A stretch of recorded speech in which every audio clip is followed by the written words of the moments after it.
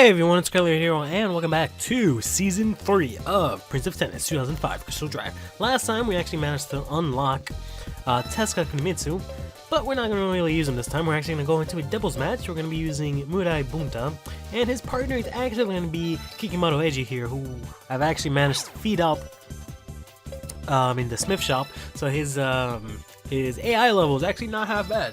And that's going to be extremely crucial in this match here, or I should say in the next matches, because this is going to be a doubles tournament. It's going to be the national doubles tournament. We're facing off against the guys from Yamabuki, the like super strong team that I've shitted on before.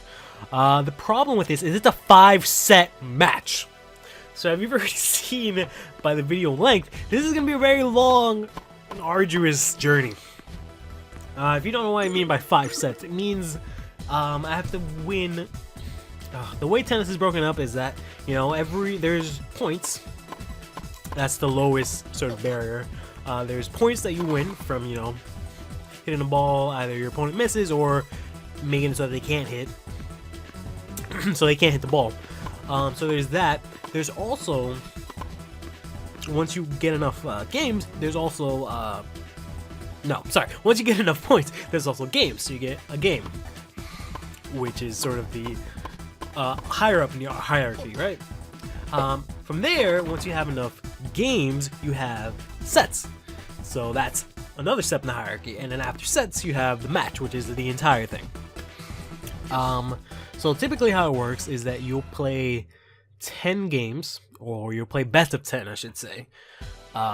So that's why most games end up when one of the other players reaches 6, unless one player reaches 5, or I should say once both players reach 5.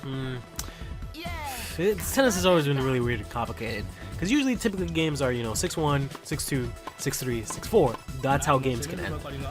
Once the game becomes either 5-5, or, well, I should just say 5-5.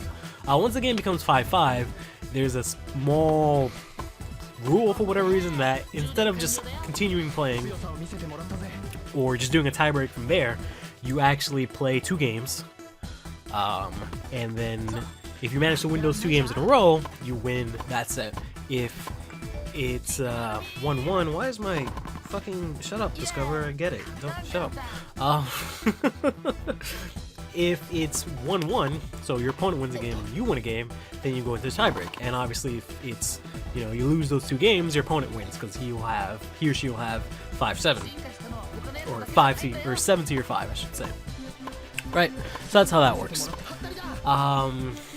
Once you do that, you know, you'll have a set. But unfortunately, this is a 5-set game, so I have to win 3 sets, which means I have to play best of 10 3 separate times at least and win all of those. If I lose a set, then I'll have to, you know, keep going. It's crazy. So what I've decided to do, I know I've spent a lot of time talking about that, but I mean, I gotta kill time somehow. This is like an hour long, quite honestly. But what I've done is that I've sort of tweaked the rules a little bit. So what I'm gonna do is I'm gonna play the first 3 sets as if it was a you know, 3-set match. You know, if it was actually, you know, a 3-set game, 3-set match. I was right the first time. I'm just playing like that. Play the first 3 sets if I need to, and just play best of 3. So if I win 2 sets, or if my opponent wins 2 sets, or basically whoever wins 2 sets first, right? However, the game is still gonna go on. I'm still gonna have to complete, you know, the other 2 or 3 sets to complete the entire game, or to complete the entire match, given in the confines of this tournament. But I'm gonna cut all that stuff out, because quite honestly, at some point, be it, you know, just the first fucking set, there's not gonna be really much else to see. I'm gonna try my best to make it a little bit more interesting as it goes on, but there's not really much that I can do. I don't really like doing extremely long videos. Like, I don't mind doing it for the singles match, because I feel like those are a little bit more quicker, and, you know, things go a little bit smoother. But for doubles matches, there's a lot of things to factor in. Like, just adding 2 people on each side makes the game extremely different. Because for one, you know, it's not just me fucking up. it's my opponent, or sorry, it's my teammate fucking up also that, you know, factors into it. And then, you know, if I fuck up, I'm fucked. And my opponent, I keep saying my opponent, but I'm not used to having a doubles partner. If my teammate fucks up, then, you know, that's kind of sucks. And I also have to rely on them, and, you know, there's 2 opponents, so I can't just take them on 2-on-2, because I just get double teamed. So it's just really, it's a real mess.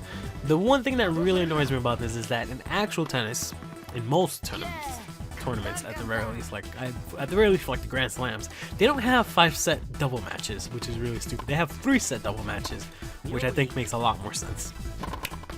I don't know why in this game, the like 3rd tournament they decided to have it 5 sets, but whatever.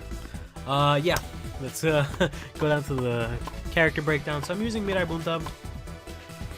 He's from that yellow school whose name I'm always saying wrong. He is he is entirely a net player, or a volley player. His main sort of abilities are, you know, his ability to volley really well, which is why I'm trying in all these games to play up close. I have one of the tactics set up so that Kikimoto follows me up at the net. As you can see there, he ran up from the serve, and then we both, you know, are doing super offensively against their attack, basically, or their defense, I should say, or however you want to call it. That's kind of how I've been, how I'm going to be playing this game. Later on, I sort of changed up my tactics a little bit, because the thing is that the double attack, I figured, since both these players are good at volleying, in the sense that Bunta is really good at sort of the handling and the control, whereas Edgy is really good at the, somewhat also the control, but mainly good at the reflexes and the reach. I figured they would work well together up front, but not exactly as much. I guess mainly just because of the AI, and maybe I'm not that great or whatever. But for now I'm just gonna be doing that. Later on I'm gonna be doing different sort of tactics. The other one I have is where we just keep our own lane, which is alright. I'm not really a fan of that one. I use that sometimes to just change it up. And I have another one where we each keep our own sort of half of the court. So I'll stay up, he'll stay back, or vice versa. That one seems to be the more useful one, which I'm probably going to end up using, I think, on the other matches later on. That one's pretty useful just because it allows me to make use of Edgy's quick reflexes and his speed, which is way better than mine. Or I should Bunta, who I'm controlling, I should say. Whereas, you know, Bunta is really good up close. I mean, there are times, obviously, where I have to play back and play defensively, and I'll be able to get the ball and whatnot. It's just, it's a way more effective for Edgy to be in the back, and it's way more effective for me to be up in the front. That's just how it's gonna be. That's just, you know, the way that it makes the most sense. So yeah, that being said, I guess I can go down to the actual character breakdown now. Bunta, well, I guess we can talk about Edgy since he wants to just use the special right there. That's one of his specials. You've seen probably most of them by now. He has that, which allows him to basically just split up, create 2 copies of himself, and they're mirror images, but they can also hit the ball, which is really nice, because that ends up being extremely useful, especially when I play, you know, 2 up front. It's crazy because, you know, there's 4 people up front, and I don't think we really lose any points from that. Maybe a lob or 2 gets past us, but not really much. So that's a really good one. He also has this volley, which I don't know what that was about. I don't know why he came running at me. Maybe I was right on the line. I mixed him up. He has this volley called the Kikimoto Beam, which he's used before, and it's just something he does at the net, and it automatically throws him towards the ball, which is fine, and hits a sort of low slicing ball. That one's okay. And then I think he has a double special, which is kind of weird. I think it I'm probably gonna correct myself later on once I actually see him use it. But I think what it does is it clears out your C gauge and it gives you super gauge. I think that's what it does, or maybe even no. I don't think it's the other way around. I'm pretty sure that's what it does, right? But that one's kind of weird because he kind of just like takes a deep breath or like something like that. It's really weird looking. His final special is actually a moon volley, which is borrowed from his partner, Oshi. And that's just a top spin lob, a really high lob. That's really convenient in doubles because a lot of people like to play up close, like we're trying to. And that pretty much does it. This is the Moon Volley right there. Aside from that, I think that's pretty much all he has that I can think of. So if we go on and talk about myself, Bunta, he has a lot of interesting abilities. One of them is my favorite, is the type rope walking. You're not gonna be able to see any of them. Actually, now that I mention it, because whenever you're in super mode in a doubles match, your opponent, or sorry, your teammate can't use any of their specials, which is really silly. So I'm gonna have to like basically wait a bit till I can actually use my specials, but I'll start to talk about them while I'm at it. So yeah, he has basically only specials that you can use at the net. They're all at the net, quite honestly. He has type rope walking, which what it does is, whoop, there's the super special shot. If ever wants to see one of those, even though he didn't get all the points, but I mean that's basically what I was gonna look at, because I've seen it when he actually gets all 5 gems or whatever the fuck, buttons, whatever, he gets them and they come out fine. It's just now until that doesn't look like much. But anyways, let's see. There's the type rope walking, which I didn't even explain yet because I was interrupted by someone.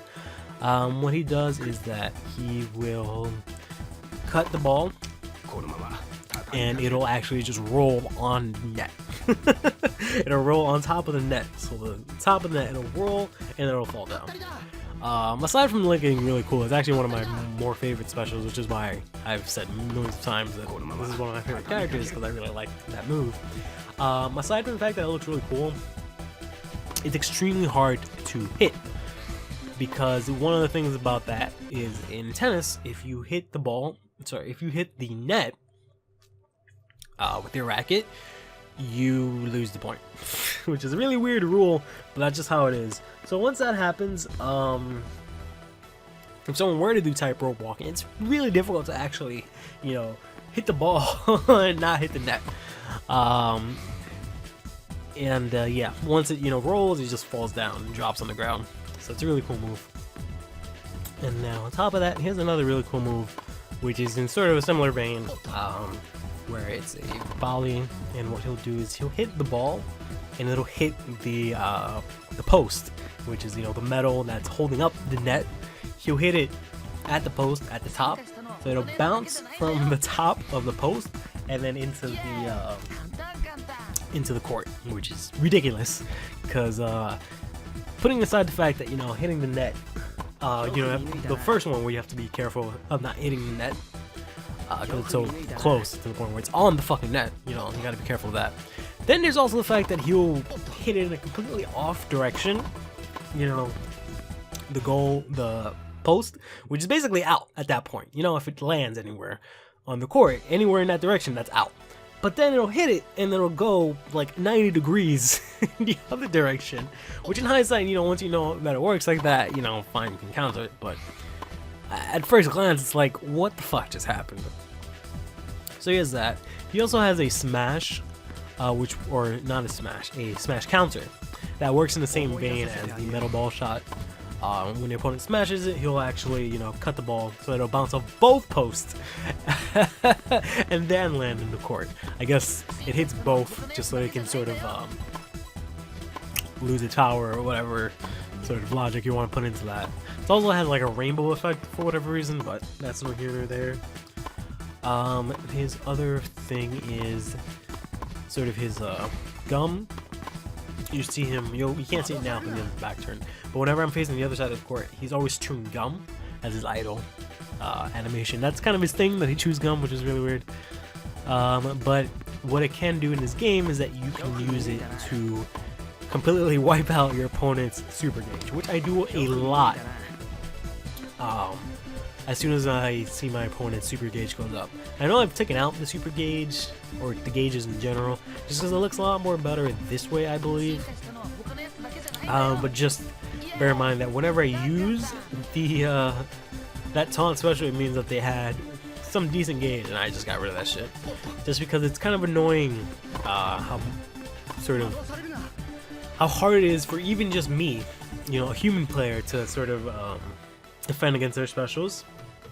But also putting in the fact that, you know, I have a doubles partner, so I have to take care of him, because he might also miss. And like, there's just a lot going on, so I want to remove as many variables as possible. There's one of the few times where our double attacking 4-guy fucking offense actually failed. I might lie, there might be a couple more times than just once or twice, but that was definitely one of them. But yeah, that's about it for Edgy and Bunta here. I've talked about these guys before in pretty large detail. Because I faced them, I think this is the third time I actually facing off against them. I believe it's just because they're one of the few sort of defined doubles partners, and it's ironic that they're always, well, no, one time I faced them off in the finals, but it's just ironic that now I'm facing them off in the first round, sorry, because they're supposed to be national level doubles players, like that's their thing, like even though they're really playing, they're like national level doubles players. But in the national doubles tournament, I'm playing them in the first round. So that's kind of interesting. Not really much else that I have to say about them anymore.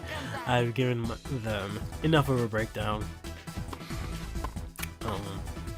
Let's see. What can I talk about for another fucking 18 something minutes? Oh man, like I don't know. I hope this format is okay. The whole me cutting up the sort of video, because I figured if I dumb down, if I take out 2 to 3 sets, assuming, you know, I take out 3 sets if I win the first 2 magically, or I'll take out 2 sets if I manage to win the first 3, or if I manage to win 2 of the 3, whatever. I don't think it's gonna be really that hot to watch. Really, it'll be like an hour long. I don't even know if my recorder can handle it, because I'm using Camtasia to record it. But I've heard that it has an issue recording footage that's longer than an hour. I've never had that issue because I've never recorded anything that long. The longest I think I did was an episode of Librieta and one of these. These are the longest things I've ever recorded, because I usually just cut up my videos in terms of like the footage. I know some people, they'll just record everything and then just cut up the footage itself. They'll record like, you know, 3 hours and cut that up into chunks for videos. I do the opposite. I'll stop the recording and, you know, have that chunk, and then go in, you know, that'll be one video, and then record the next however long, and then that's the next video. That's usually how I do it. I just find it a lot more effective,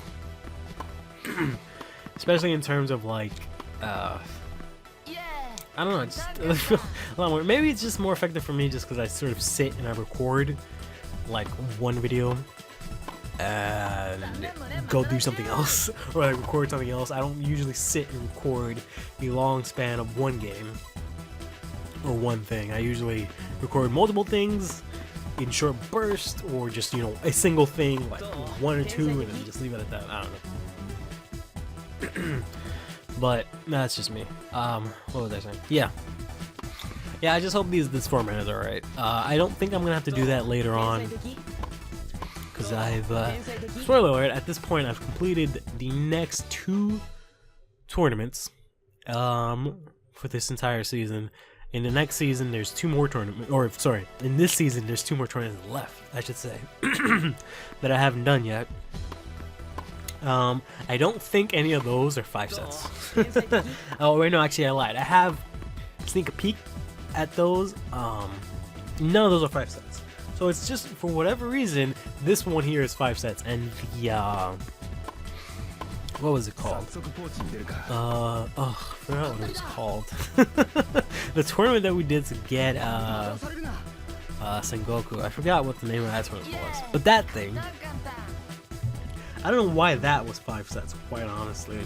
Because it was just a random tournament. Like, it's not just a national thing. Because the national tournaments that I've done so far, they've all been less than, they've all been just 1 set. I've yet to, for whatever reason, see any sort of games that have or not any games, any tournaments that have 3 sets. Like, I feel like that's a lot better number. 5 sets is kind of long. Like, I get it. It's a handheld game, so 5 sets would be ideal. Because you can, or not that it would be ideal, it just wouldn't really matter because you could just play. And if you know you gotta fucking do something, you can just close the DS and just go on your merry way, and you'll be fine. Where in this case, you know, it's kind of a long while to just sit for like an hour, or sometimes even half an hour to fucking do this shit. It's ridiculous. But yeah, I don't really know why they don't have any tournaments that have 3 sets to win. I mean, I would say so far, but we've kind of done all the tournaments. We've done like a good chunk of them, and I feel like all the ones that are left, I feel like we've done at least half. All the ones that are left are going to be a lot harder, so they're going to be, you know, 5 sets or something like that. I don't know. Also, spoiler alert, the next couple of tournaments I've checked, they sort of have the like hard difficulty. I think the last 2 that I'm going to end up doing, they have the hard difficulty. That's going to be real tough to try and get through, because I haven't fought any opponents that have the hard difficulty, just because the main thing about them is that they're what is it called? They're able to just completely know where my specials go and then just automatically block them just normally. So it's really difficult to defeat them through spamming your specials unless you happen to have I don't know, like a drop shot or something like that, and you manage to do it in such a way that there's no way that they could reach it in time, you know? But if you have like more of the normal specials, like for example, Muromachi's, the like disappearing forehand or the disappearing slice, I think it was. If you try to do that, the computer will just know where it is, or his serve, even though it's, you know, quote unquote invincible, the computer will fucking go right through that shit. Like, no joke, the computer will just go right through that shit. They're like, oh, okay, cool, and they'll just like, obviously because they're AI, but just robotically, they'll just hit it and then go back to position and get ready to wreck your asshole. It's a bit ridiculous, and it's also especially ridiculous later on when you put on top of the fact that they'll have their own specials, and there'll be better characters, so their specials will be a lot stronger, and they'll also have, you know, coaches that'll give them buffs, and they'll go into super mode. Like, it's pretty crazy. So we have a lot coming against me pretty soon, but I'll be looking forward to that. I mean, for the most part, I'm still having a lot of fun with this game, which is really weird. There's not a lot of games that I can play, for example, at one point, and then just stop playing it, and then at some point later on just come back to it and still have a good time. Like, there's very few games that I can actually do that with. And this game also does something a lot of other games don't do. It just reinvigorates my passion for tennis, especially during the time now, just because it's winter where I live. So it's not very easy for me to go out and play tennis. I mean, I've been saying that I'm going to join a club, but it costs a lot of fucking money. Let's be brutally honest with you. Like, I know I've complained about the permits, which actually, update on that, they've actually discovered that, you know, given the fact that those shits are so expensive, no one was buying them in my area, they're actually going to cut the price in half. So before, I believe it was actually 200. So I think now they actually put it down to 100, which is, you know, decent. Still not great for an entire season of tennis. It's, you know, it's doable. The only issue is that I think I need to get, you know, everyone that's playing, I think they need a permit, which is really ridiculous. I need to go look that up. There's the Smash concert there. But yeah, even with that, let's say if I were to, you know, invest and do that, I won't be able to play in the winter, really, because, you know, all the snow and the fact that it's like fucking freezing outside, it's not exactly a good time to do that. So most of my tennis sort of hype, it begins during the spring, but then it gets crushed down by the fact that I can't play anywhere, because fuck the area that I live in. Then it gets back up in the summer time-ish when, you know, actually people want to play, and then I end up going to some courts, or at least going to the handball wall and at least do that. I would do that like every morning or like something like that sometimes. Or at least mornings I had off. Sometimes I did that after work. And you know, specifically this summer, like for example, I was taking classes, which was really fun. And then there was a day where like I got out of work, and it was a good day. And I got out at like 7. I actually went straight from work, or well, I came home and changed, and I just went straight to the courts, even though it was 7 o'clock, and I was exhausted. And I didn't want to do anything at usually after work. I would just want to go home and lie in bed, which I'm getting into that right now, which is why I've actually gained some weight, unfortunately. And I'm trying to sort of reverse the wheel and go into the sort of mentality that I was before, when I had sort of my anxiety and I wanted to like lose weight because I thought I was gonna die immediately. So I'm getting back into that, where I'm just like, you know, going out a lot, being a lot more active. Anyways, none of that's the point.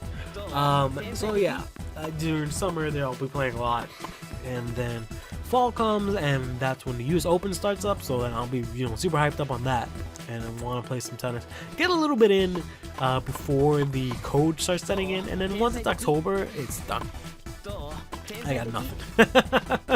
I just gotta wait until like April, basically. That's when it's like decent enough regularly for me to go out and play tennis.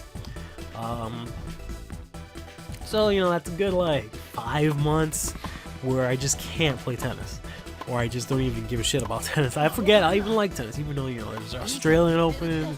Like, I could at least watch tennis. Well, almost kind of watch tennis, just because it's really difficult to do so. Because I don't have cable, so it's a little difficult when they don't really show that on most normal channels. I would have to get like the challenge channel, unless it's the US Open. You know, I can see that on ESPN, but I don't know if they cover the Australian Open or the French Open anymore. And if they do, they'll do it live, so it's at like 3 in the morning, which is really obnoxious. Before, you used to be able to see them online, which is really cool. And I could, they had this site, the US Open site specifically, and it had one, I think, for the French Open. I just never got to watch a lot of games. But you can watch like all the courts at once. You can pick whatever court you want. You can watch games that usually don't show up on TV. So if I wanted to watch like the juniors play, or the double matches I wanted to play, I could do that. Which is a really nice feature to have. And then cable companies have to come and fuck that up, and the only way that you can do that, or even just watch it online, is if you have a subscription to some shitty ass cable company. Or you can, this year they decided that you can still watch it, but it's in like 480p or like 244p, like really shitty quality where I could barely see the ball. Like, it was really bad. Like, I'm not the kind of guy that gives a shit about quality, but I need to at least be able to see something, you know. And it was really bad, trust me. Like, putting aside the fact that it was, you know, streaming, so that's rough enough as it is, but then it was already extremely low quality. Like, it was horrible. But yeah, this game, thankfully, I should be playing it all year round. So every once in a while, it'll just invigorate me, like, yeah, fuck yeah, tennis, we can do this and whatnot. Even though there's not really too much that I can do, I'm going to end up actually trying to, I don't know by the time this goes up if I've done it yet, but I'm going to try to end up taking tennis classes again. I took those back at the USTA, I think like 2 years ago now, and that was really fun. Those were the first classes I've ever taken for tennis, and I learned a lot. And it wasn't even so much that I learned a lot, because I feel like my instructor was not sexist, he was just into the girls, because I was the only guy really. He didn't really instruct me on much. I used to say like, oh, maybe it's just because I don't need much instructing, but no, I did. It just, I think he just spent more time with the girls, or he just cared more about them than he did me. Not that he didn't like, he had anything against me or anything like that, because, you know, he gave me a lot of props for being able to like, having a good hustle and being really fast on the court. He just never really coached me too much. I never really asked either, so maybe that was my problem. I have a problem with a lot of coaches that I don't really go out and ask them, hey, how am I doing? How can I do things better? Just because I have this weird notion of, I don't want them to know that I'm a scrub. I want them to think that I'm, you know, decent, and I want to show rather than tell. I don't feel like I can tell, you know. Especially since I usually just play seasonally, and it's not like I've ever played really seriously. My god, the net points. But yeah, I'm gonna end up trying to take those classes again. Main reason I'm gonna do that is because one, you know, I need to stay in shape, so that'll at least have me active, even if it's just one day of the week. You know, that's better than nothing. Two, I fucking love tennis. Obviously, it's an easy way for me to find an indoor court. So that's great, and I also have people there to play with, which is one of the bigger issues about, you know, me being able to find somewhere to play or someone to play. And finally, my girlfriend actually got me a new racket for Christmas or birthday. My birthday is pretty much next to Christmas, or it could be both, doesn't really matter. Which is awesome, because I got to actually pick out my own racket and then pick out my own strings, and they strung it. Unfortunately, I wasn't there when they strung it because it was pretty late. Because that's one of the dreams I've always had, is just get a racket and watch it get strung. But I finally have my own like actual racket that I quote-unquote handpicked myself. I didn't really do too much. I looked at like 4 rackets because I didn't really know what it is that I wanted, since I'm a scrub. But I also didn't know what it is that I was looking for, nor what it is that set rackets apart. So I kind of just picked the lightest racket, and you know, I read the like crap that's on these tennis rackets. They'll say all this crap like, oh, we use the best technology for this and that. I really don't pay a lot of attention to that because I feel like most of it is just bullshit. But I figured, you know, they have to know something. So I picked the one that was generally what I feel to be is my playstyle. Which, I mean, I'm technically a counter puncher, because I don't attack up at the net. I'm not serving volley. I barely volley. I need to volley a bit more. Not that I can't volley, because I have some decent reflexes. I just it's not the go-to for me, right? I can't play at the baseline. Typically, I don't feel like I have that strong of a stroke, or that accurate of a stroke, maybe, to like say that I'm solid on the baseline. But I'm not entirely sure about that. The only real thing that I've had in terms of tennis strength was just my raw speed and my court coverage, which was I was just a counter puncher. So I picked the racket that was just power and control, because I figured I could work on those two things. So it'll balance out, I figured.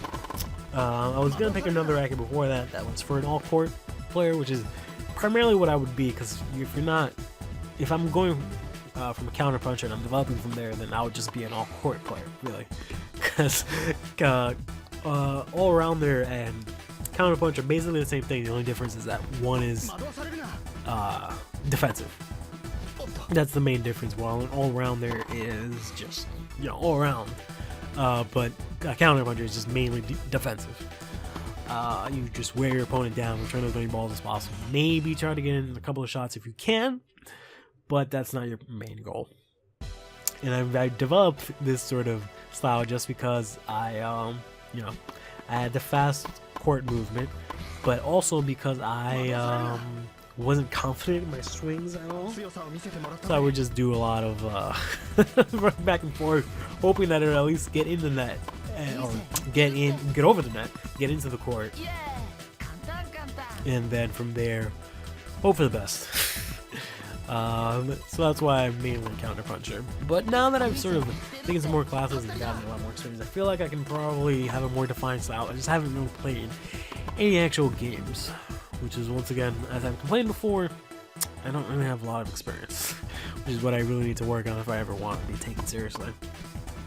But speaking of taken seriously, we're actually finally wrapping up this match here. Can't believe I've actually talked for nearly an hour, which you can see that I'm not used to it, as my voice is pretty much going away. I'm just losing my voice at this point. I just need to basically win a couple more points, and we'll end up wrapping up this set.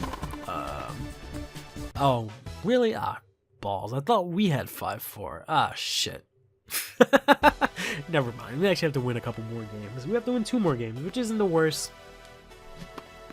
Hopefully it doesn't take too long. Yeah, I mean, we've basically just been doing what I've said in the beginning. I'll try to attack up close, with both my guys as often as possible, especially when they're on serve. When we're on serve, I mean. Then I'll try and pull Edgy up close as possible.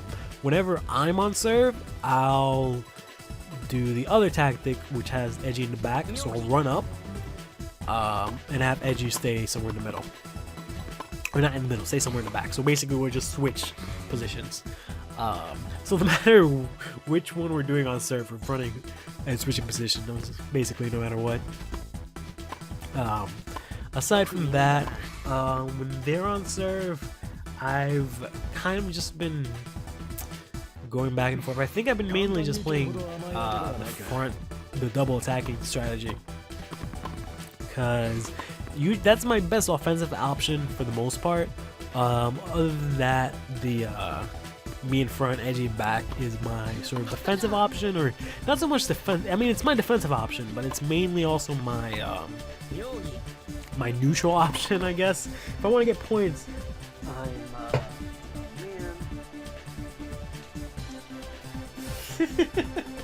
I have these stacks of papers that have like words right on them that I use for charades. They're basically charades cards, but I made them myself. I just have them in a rubber band, but they fell down. I'm just gonna go ahead and put these back up together and just throw it back over there.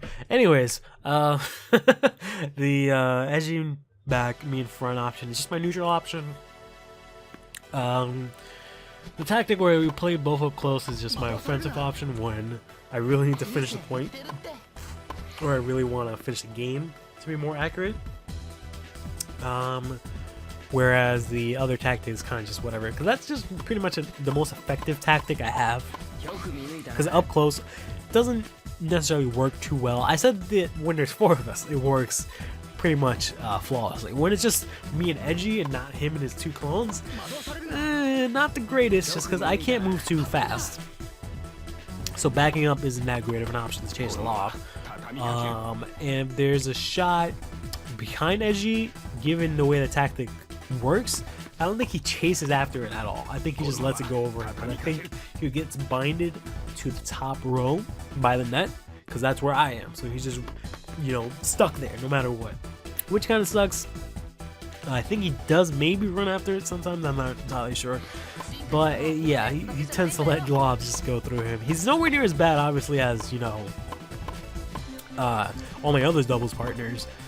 Just because, like, I mean, Taka wasn't so bad last time, but he's definitely way better, way more offensive than anyone I've partnered with. Just because of that medium setting, which is great.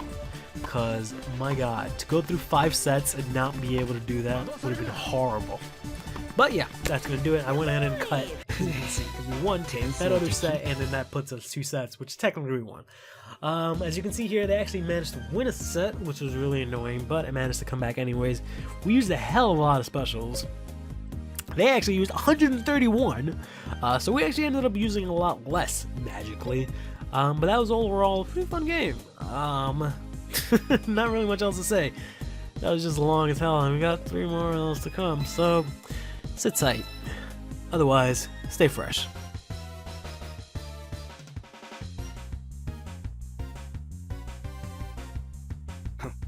また目立っちまったぜ。